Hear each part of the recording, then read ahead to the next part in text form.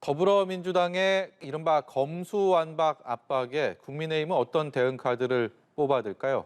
뉴스 1번지 1번지 현장 국민의힘 이준석 대표와 다양한 정치 현안 얘기 나눠보도록 하겠습니다. 어서 오세요. 네, 안녕하세요. 검수완박을 며칠째 얘기를 하고 있습니다. 지금 민주당에서 의원총회 열고 어떻게 할지, 이 법안 처리 어떻게 방향을 정할지 논의를 하고 있는데 국민의힘도 민주당의 이 상황을 보면서 여러 가지 대응 카드들, 물론 뾰족해 보이지는 않습니다만 그래도 생각을 안 할 수가 없는 거 아닙니까? 근데 전체적으로 국민들 여론이라는 것이 검수완박이라는 것이 지난 한 1, 2년 전에 있었던 그런 패스트트랙 사태 때 이후에 별다른 어떤 그 상황 변화에 대한 설명 없이 갑자기 또 꺼내든 카드이기 때문에 좀 의아하다는 생각을 할 것이고, 그렇게 중요한 것이라면 대선 전에 공약을 세게 걸고 입법 드라이브에 걸 수 있었는데 대선 끝나고 이제 본인들이 정권을 잃게 되니까 들고 나오는 것에 대해서 뭔가 좀 캥기는 지점이 있지 않나 이렇게 생각할 거라 좀 봅니다. 그래서 저는 이번에 민주당이 180석을 얻은 뒤로 본인들 뜻대로 하고자 해가지고 저희 당 동의 없이 했던 일 중에 잘 된 게 있는지 한번 묻고 싶습니다. 과거에 패스트트랙 당시에는 선거법 개정도 그랬고요. 해놓고 나니까 이상한 제도를 만들어가지고 나중에 본인들이 위성정당 만들고 이랬기도 했는데, 이번에도 이 검수완박이라는 아주 정치적인 테마를 가지고 선거 장사를 하려는 것이지 실제 대한민국에 긍정적인 영향을 끼치는 제도를 설계한 건 아니다 이렇게 봅니다. 이 캥기는 지점이라는 말씀하셨는데 그 부분은 무엇이라고 생각을 하시는 거죠? 검찰에서 완전히 박탈하고 싶은 수사권이 뭐겠습니까? 어쨌든 지난 정부에 있었던 인사들 중이나 아니면 현재 민주당 인사들이 아무래도 부담을 가질 만한 수사나 이런 것들을 완전히 박탈하려고 하는 건 아니겠느냐. 저는 그거는 글쎄요, 이해 충돌의 소지도 발생한다 이렇게 봅니다. 지금까지 본인들이 전행을 했던 부분에 대해 가지고 혹시라도 책임질 일이 생기면은 제도를 바꿔버리면 되지 않느냐, 이런 인식은 위험한 인식이다 이렇게 봅니다. 필리버스터라는 국회 내에 이 저지 방안도 있지만 사실 그것은 한계가 있지 않겠습니까? 국민 여론전도 고려를 하고 있다라는 얘기가 국민의힘 의원들 몇몇 의원들에게 들리는데 그 부분도 있고요. 또 지방선거에 대한 여파가 어떻게 이어지게 될지에 대한 관심도 큽니다. 이 부분에 대해서는 어떤 생각 갖고 계십니까? 저는 결국에는 민주당의 이런 구호 정치 검수완박, 예전에는 검찰 개혁, 이런 거 다 들고 나왔을 때 결과가 안 좋았기 때문에 이번에도 국민들은 또다시 민주당이 바늘허리에 실매어 쓰려고 하는구나라는 인상을 가질 것이다 이렇게 보고, 이 정도의 구호라고 한다면은 당연히 당 간에 충분한 논의 과정을 거치는 것이 옳거든요. 그래서 저희는 권성동 원내대표와 저도 상의했지만은 TF를 구성해가지고 구체적인 사안에 대해서 논의를 하자 정도가 저희의 제안인 것이고, 그거 하지 않고 강행 처리하겠다? 그거는 글쎄요. 저는 민주당이 야당 연습하는 게 아니라면은 진짜 지금 상황에서 많은 국민들이 납득하지 못할 처사일 겁니다. 윤석열 정부 출범 전에는 무조건 처리하겠다라는 의지가 지도부도 그렇고 상당수 의원들의 좀 강한 의지가 엿보이는데요.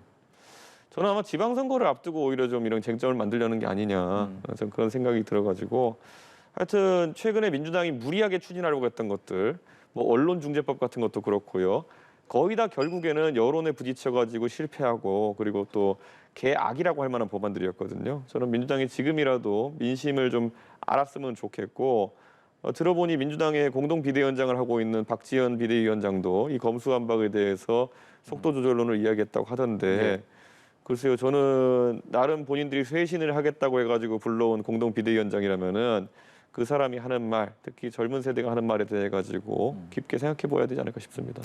안철수 인수위원장의 최측근인 이태규 의원 어제 돌연 인수위원적 사퇴를 선언을 했고 내각도 가지 않겠다라고 얘기를 했습니다. 이 얘기를 두고 여러 가지 추측들이 난무하고 있는데 이 대표께서는 이유가 뭐라고 생각하십니까? 인수위의 매끄러운 운영을 위해서는 인수위 내에서 좀 의견을 잘 조율해야 될 것 같습니다. 인수위원장이신 안철수 대표께서 어떤 상황이 좀 파악하고, 특히 본인의 최측근 아니겠습니까?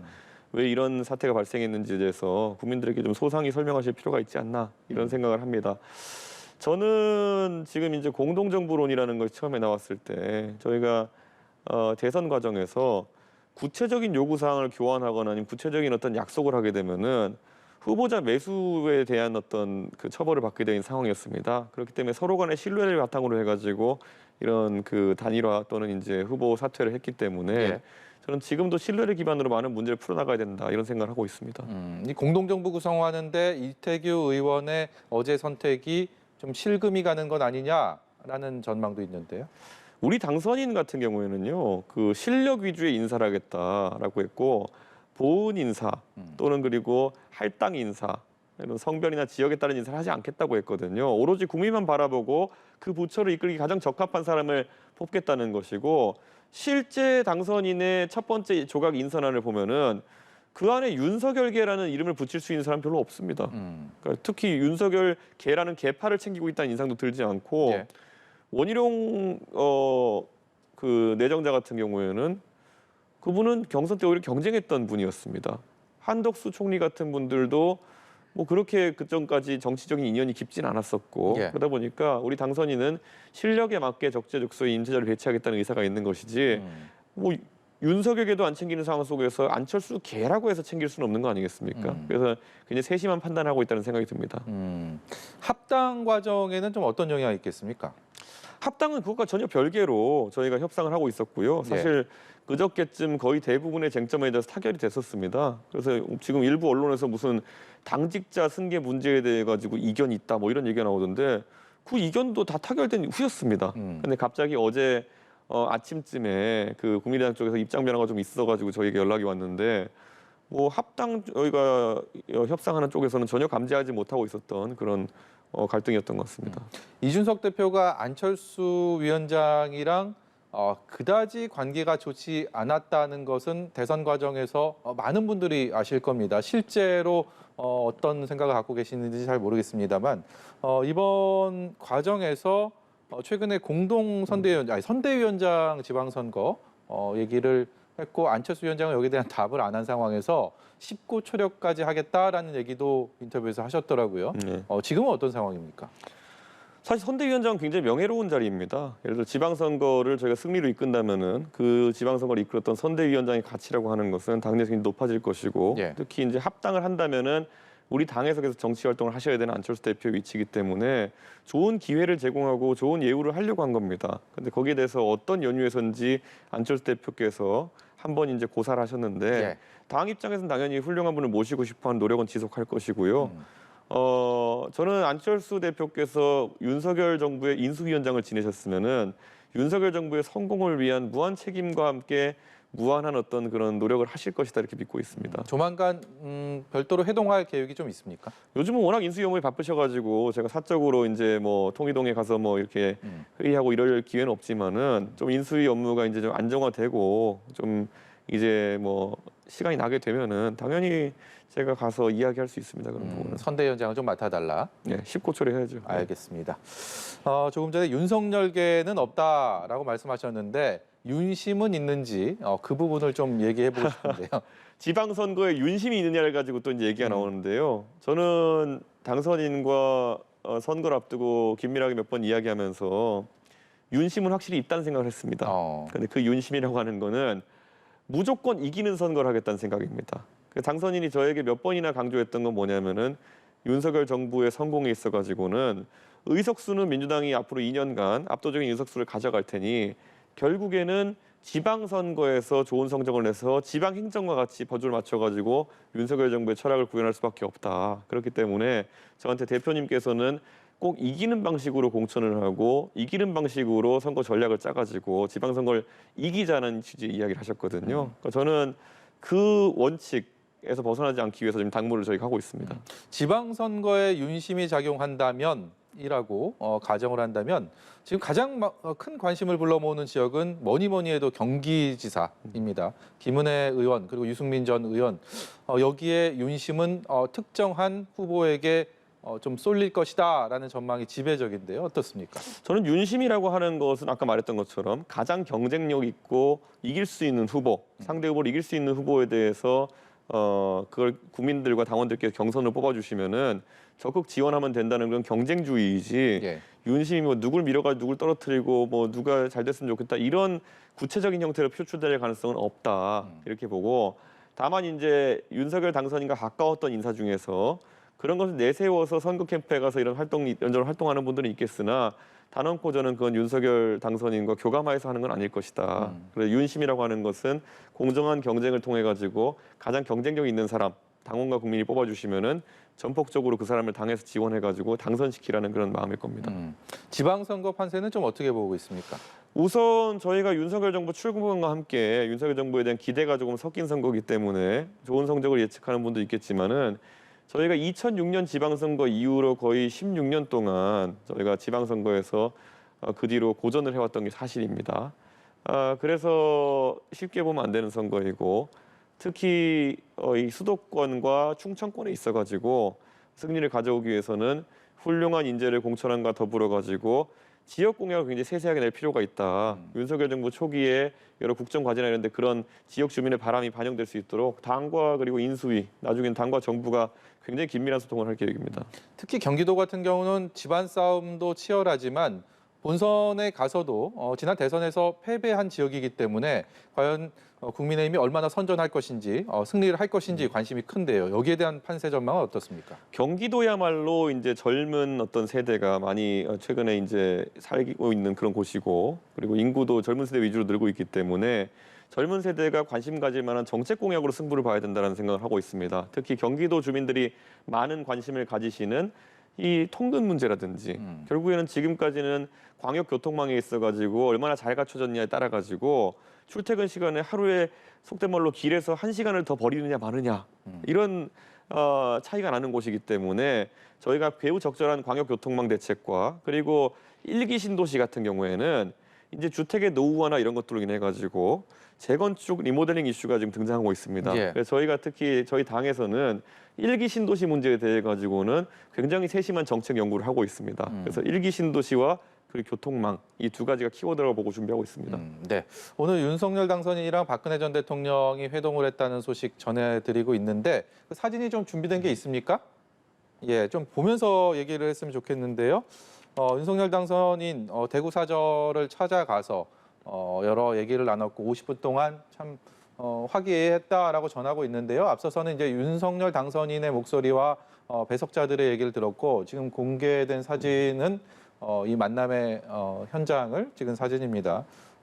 표정도 화기애애 보이고 속 깊은 얘기를 나눴는데 그것을 공개하기는 좀 어렵다라는 배석자들의 얘기도 있었습니다. 보셨을 텐데 무슨 얘기했을까요? 아무래도 두 분의 지도자가 어쨌든 뭐 한 분은 전직 대통령이고 한 분은 또 이제 곧 대통령이 되실 당선인이기 때문에 국정 운영에 대해 가지고 우리 당선인도 박근혜 대통령의 좋은 노하우들이 있다면은 좀 공유받고 싶어 했을 것이고 박 대통령도 본인이 어쨌든 대통령으로 열심히 했지만 나중에 또 결국에는 탄핵이란 사태를 맞으면서 임기를 마무리하지 않았습니까? 그러면 또 대통령의 성공에 대한 본인의 새로운 관점이라든지 이런 것들을 전달하지 않았을까 그런 생각을 합니다. 박근혜 전 대통령은 이준석 대표가 정계 입문하는 그때 당시에 당을 이끌고 있었고 그리고 탄핵을 거치면서 지금 보수 진영이 굉장히 어려운 상황들도 또 몸소 겪었단 말입니다. 이 과정에서 특히 총선 앞둔 상황에서는 탄핵의 강을 건너는 것이 큰 과제다라는 것이 합당 과정에서 얘기가 나왔는데 지금 이 상황은 국민의힘에게 어떤 의미입니까? 저는 박근혜 대통령에 대한 전직 대통령에 대한 우리 예우라고 하는 것은 당 차원에서는 꾸준히 가져가야 되고 박근혜 정부의 과오도 있을 겁니다. 그리고 잘한 것도 있을 겁니다.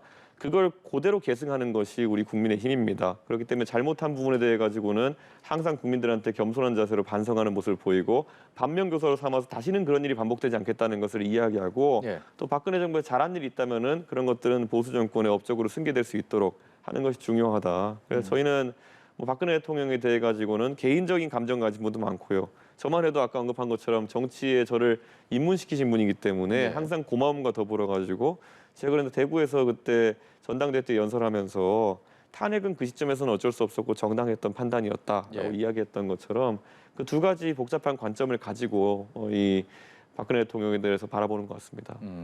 예. 대구시장 경선은 처음부터 시끄러웠고 지금도 정리되지 않은 상황입니다. 홍준표 의원이 출사표를 던진 상황에서 김재현 전 최고위원까지 도주장을 던진 상황. 여기에 지금 박근혜 전 대통령의 최측근으로 나서고 있는 유영하 변호사까지 특히 오늘 이런 회동들이 또 지방선거에 이른바 박심으로 또 작용한 것은 아닌가라는 호사가들의 전망들도 있습니다. 어떻게 생각하십니까? 그 유영하 변호사가 박근혜 대통령 최측근이라는 사실은 오늘 뭐 어떤 방문이 없었다 하더라도 많은 대구 시민들이 알고 계실 겁니다. 그리고 박근혜 대통령에 대한 평가라는 것도 대구에서 뭐 좋고 나쁨 이전에 안타까움이라는 형태의 정서로 표현되고 있다는 것도 제가 접했습니다. 예. 근데 아마 대구 시민들께서 그런 걸 다 감안해가지고 대구 시정을 4년 동안 펼치기에 가장 적합한 인사가 누구냐 이걸 종합적인 판단할 것이기 때문에 예. 그 안에 너무 세부적인 사안 하나하나를 들고 가지고 이게 큰 영향을 끼칠 것이냐 보기보다는 대구 시민들의 종합적 판단 능력을 저희는 신뢰하고 있습니다. 국회는 이제 조금 있으면 그야말로 인사청문 전국에 돌입하게 될 텐데 특히 한덕수 후보자는 첫 번째 당선인의 인선이기 때문에 그만큼 큰 의미가 있고 이 인사청문을 얼마나 좀 부드럽게 치러내느냐가 국민의힘에게는 정말 선결 과제일 겁니다. 청문위원들 다 라인업 다 구성이 됐는데 민주당에서는 송국 검증을 매일 얘기를 하고 있습니다. 어떻게 대응하실 계획이십니까?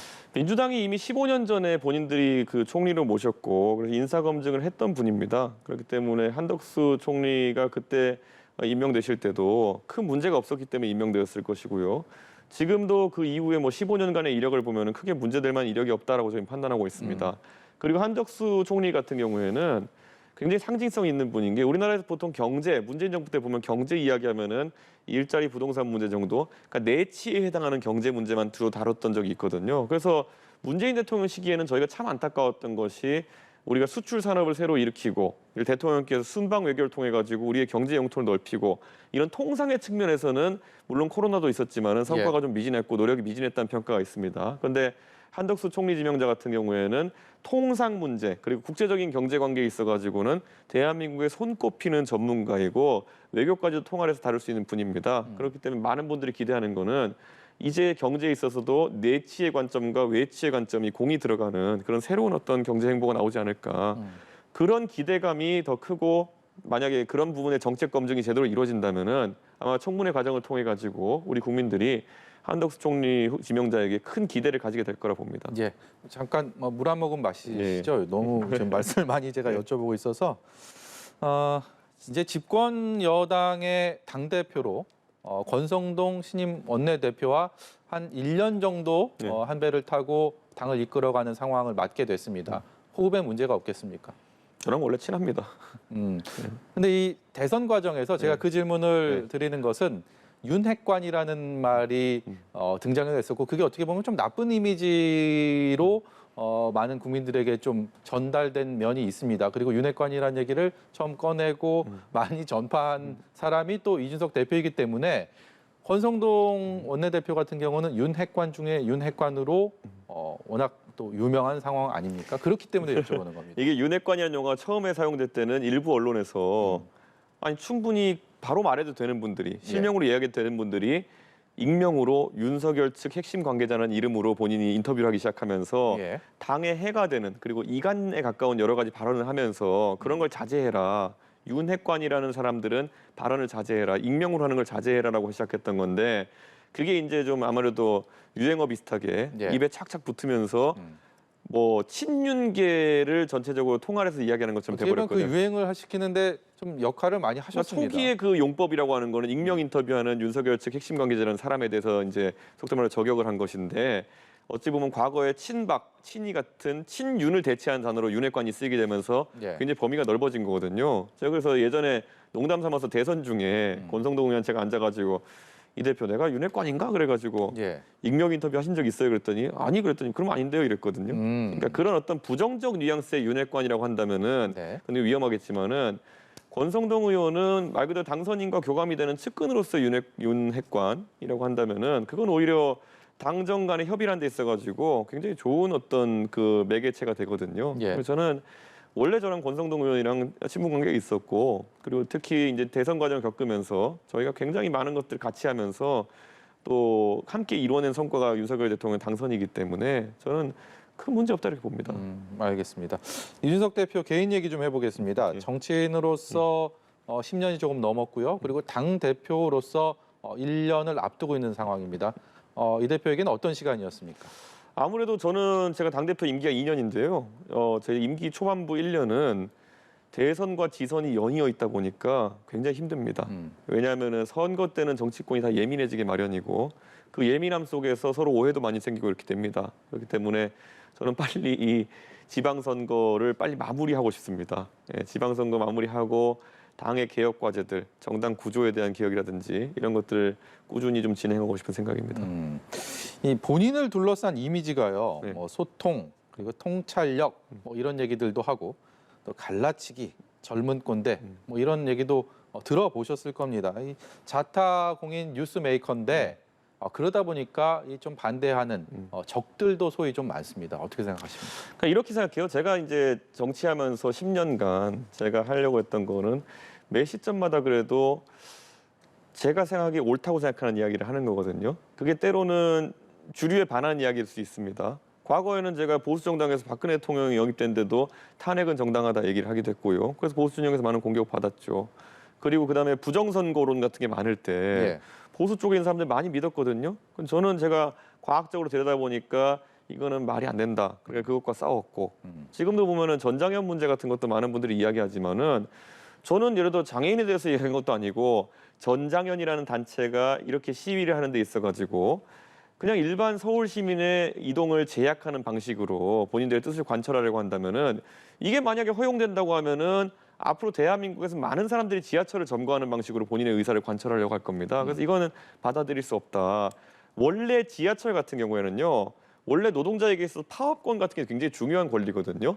근데 지하철 같은 시설은 파업을 한다 하더라도 필수 운영 인력을 두고 파업을 해야 되는 것입니다. 그러니까 이미 법적으로도 사회적으로는 꼭 필요한 필수 서비스이기 때문에 아무리 노동자의 파업권이 중요하다 하더라도 지하철은 돌아가게 해놔야 된다. 이게 이제 원칙인 것이거든요. 그런데 이번에 전장현이라는 단체에서 했던 그 시위라고 하는 것은 그걸 근본적으로 부정했기 때문에 저는 당연히 정치인으로서 아무리 장애인 단체에 대해서 우리가 약자라고 인식하고 그래서 조금은 그런 것도 관용적인 사회적 분위기가 있다 하더라도 문제를 푼 데 있어서 그건 온당하지 않은 방법이다라는 지적을 할 수 있어야 된다 생각하고 실제로 제가 지적하고 나가지고 여러 논란이 있었지만은 전장에도 더 이상 이제 지하철을 점거하는 방식에 그래서 서울 지하철 40분씩 세워놓고 하는 방식이 아니라 다른 방식으로 내일 제가 TV 토론하게 돼 있거든요. 예. 본인들의 이야기는 그렇게 토론회장에 나와서 이야기해야 되는 것이지 누구 불편하게 해가지고 그걸 대가로 정치권 협상에 나서라 이런 것들은 제가 그래서 문명의 방식이 아니다라고 표현한 거죠. 그러니까 저는 이거는 제 소신이고 제가 뭐 그런 것 때문에 다소 오해를 받는다 하더라도 그 스타일은 유지할 겁니다. 근데 일반인이 시위하는 장애인들에게 왜 여기서 이렇게 하느냐, 너무 일반인들에게 시민들에게 불편을 주는 거 아니냐라고 항의할 수 있어도 이준석 대표도 일반인은 아니지 않습니까? 집권당의 당 대표가 하는 말에 무게가 있기 때문에 그것이 또 의도치 않은 오해를 불러올 수 있는 거 아닙니까? 저는 제가 말한 메시지에서 오해받을 부분은 없었다고 봅니다. 저는 일관되게 이 여러분의 주장이나 이런 거는 저는 들여다보기 이전에 시위를 통해서 뜻을 관철하는 방식이 이거는 사회적으로 앞으로 용인돼서는 안 되는 방식이다. 네. 왜냐하면 정책이나 이런 것들에 대해서 투쟁의 대상이라고 한다면은 실제 정책 위반자라든지 아니면 정부라든지 여러 대상이 있거든요. 근데 이번에 그 지하철 세워두는 그러니까 휠체어를 문에 끼워두는 방식의 시위가 불편하게 만들고자 했던 대상은 말 그대로 4호선, 3호선 타는 일반 서울 시민들이었거든요. 저는 그런 방식으로 이제 하는 시위가 허용된다면은 앞으로 대한민국에 뭔가 억울하거나 아니면 정책으로 관철시키고 싶은 게 있는 사람이면은 정치권에게 내 말을 들어줘 하면서 지하철부터 점거하는 게 가장 효율적인 방식일 겁니다. 네. 근데 그거는 아까 말했듯이 지하철이 파업을 한다 하더라도 용인되지 않는 방식이거든요. 그래서 저는 이거는 그렇다고 해서 전장현이 저한테 만나자고 했을 때 한 번도 안 만난 적이 없습니다. 제가 6월 달에 취임하고 이미 작년 8월에 전장현과 만나가지고 이런 얘기 다 했었거든요.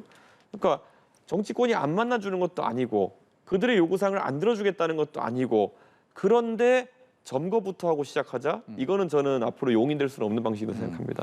당 대표로서 본인은 굉장히 억울하다라는 면이 있을 수 있지만 그럼에도 불구하고 사실과는 다른 혹은 뭐 이런 외부의 공격들, 공세들 이런 것들이 지금까지도 없지 않아 왔고요. 앞으로도 또 있을 수 있을 텐데 충분히 어떻게 대응하실 생각이십니까? 제가 사실 정치하면서 가장 이제 이 당대표하면서 많은 공격을 받았던 것이 곧 이번 주 일요일 날 시행되는 공직 후보자 기초 자격 시험입니다. 예. 이렇게 생각하시면 될 거예요. 저도 당대표하면서 좋은 게 좋은 거지하고 누군가에게 욕을 안 먹는 정치를 하겠다고 제가 생각했으면은 그거 못할 사람은 아닙니다. 다 좋은데 좋은 게 좋은 거지하고 가서 인사만 하고 이렇게 할 수 있거든요. 근데 저는 제 임기 중에 뭔가 결과가 남는 변화를 만들고 싶어가지고 예. 대변인도 제가 토론 배틀에서 뽑고 그리고 이번에 지방선거 공천에도 기초 자격 시험을 둬가지고 동네 구의원 시의원들부터 최소한 능력을 갖추도록 하는 것 저는 이거 국민들이 바라는 바라 생각하고 근데 이거 반대하는 분들 꽤 많거든요. 예. 제가 그런 것 때문에 좀 비판을 받는다 하더라도 변화를 만드는 사람 되고 싶지 좋은 게 좋은 거지 이런 소리 듣고 싶지 않습니다. 조금 더 부드러운 남자가 되고 싶은 생각은 없으십니까? 이렇게 보시면 될 것 같아요. 그 예를 들어 공직 후보자 기초 자격 시험을 반대하는 분들이 예. 나는 공직 후보자 기초 자격 시험을 반대한다 이런 얘기 잘 안 하세요 동네에서. 야 이준석이는 싸가지가 없고 저렇게 다 하시거든요 예. 보면은. 그러니까 저는 그걸 감내하고 제가 가겠다는 것이지 제가 이 말을 부드럽게 한다고 해가지고 여기에 대한 반감이 사그라지고 이런 건 또 아닙니다. 예. 그러니까 저는 결과로 어느 정도 보여주고 싶은 생각이 있는 것이고 이런 어떤 변화의 과정을 통해서 더 나아진 정치권을 보여주고 싶은 것이지 제가 그 뭐랄까요 좋은 게 좋은 거지 또는 누구에게 아이고 착하네 이 소리 들으려고 정치한 건 아닙니다. 알겠습니다. 여기까지 듣도록 하겠습니다. 지금까지 국민의힘 이준석 대표였습니다.